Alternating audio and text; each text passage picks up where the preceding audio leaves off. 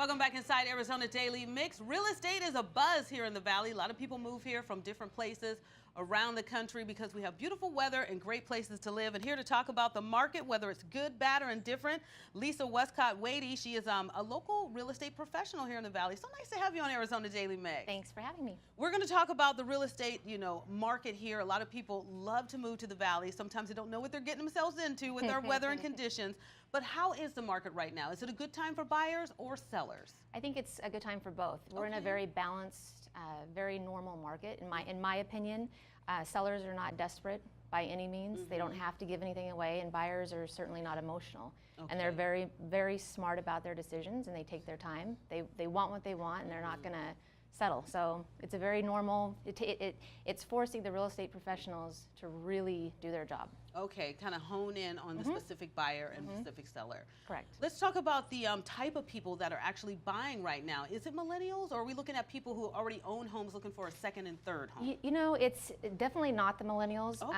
Millennials, we're finding for the most, they really don't want home ownership responsibility right now. Really? Yeah, they're more interested in the urban lifestyle, being able to come and go as they please. They don't really, I don't know that it's a lack of commitment, but it's just, I think it's the responsibility of. And that, they're a little nervous going into it. It's a huge decision, it's a huge investment, and so.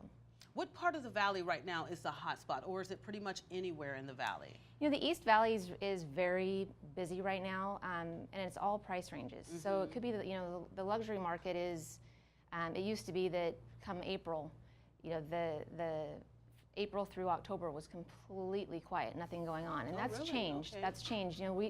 Arizona is not just a destination snowbird state anymore. It's full-time residents. I mean, a lot of people, when we had our downturn in 2008 and 9, a lot of people reduced their real estate portfolio, got rid of a lot of the homes in different states or different areas, and focused on Arizona and just travel in the summertime.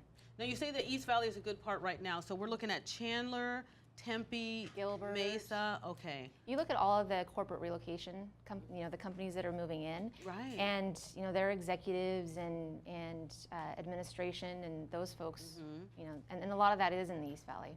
All right, because we see a lot of tech businesses that are moving here. So you move the tech business in, obviously you got to start building more subdivisions. Exactly. So that's where the buzz is over in the East Valley. It is. What are the price ranges that we're starting to see? Because before there was this period where it was like under 200,000, and then it was 200,000 to 250, but it was mostly in the West Valley. Are we still seeing that in the market? So it's definitely, the price has gone up because obviously the demand has. So we're, anything under 500,000 is a pretty quick sell if it's priced right and the location is right. Even in the luxury market, there's a lot of activity, especially May, June, August, and September. Those are really our busiest months.